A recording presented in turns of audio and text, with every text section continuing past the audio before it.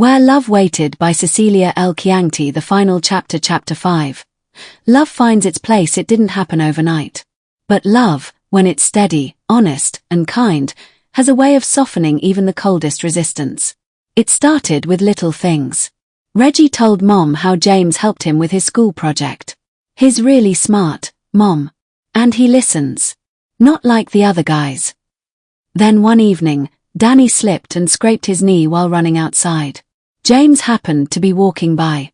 He picked Danny up gently, calmed him down, and brought him home. He didn't stay, just smiled politely, said hello to my mom, and left quietly. But I saw how Mom watched him walk away. She didn't say anything, but her eyes said more than words. Over time, James stopped being that boy and became James.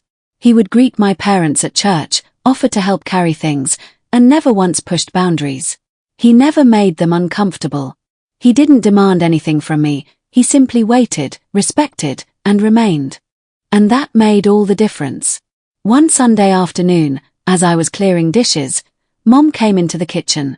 "He's not like I thought," she said softly. I turned to look at her.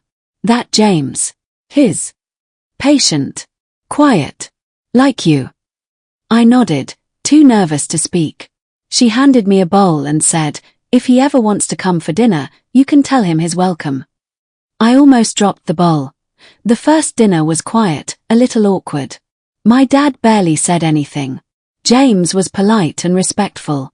He complimented Mom's cooking, helped Danny cut his food, and even laughed softly when Susie offered him a spoonful of her pudding. After dinner, Dad asked him about his father, about school, about his plans. James answered honestly. When he left, Dad didn't say anything. But later that night, he told Mom, "He's all right." And that was the moment I knew, the walls were coming down. From then on, everything changed. We didn't have to sneak around anymore. James would come over in the afternoons and help with chores or read books in the backyard with me.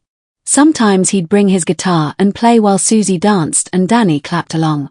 We'd walk together to the library, not to hide, but just to be. Our love, once hidden in silence and shadows, was now part of the home. Not perfect, not loud, but warm and accepted. One evening, while watching the sun set from our porch, James held my hand gently. "Do you remember the first time we met?" he asked, smiling. "Of course," I said. "You saved Danny from falling." "And you saved me," he whispered, "from feeling lost in a strange town." I leaned my head on his shoulder. "And now you're home." He didn't say anything. He just squeezed my hand. It was still my first love, but now, it wasn't forbidden. It was a love that grew quietly, fought gently, and earned its place, with time, trust, and truth. And I knew, no matter where life would take us, James would always be my first, and most unforgettable, love. Please like and subscribe.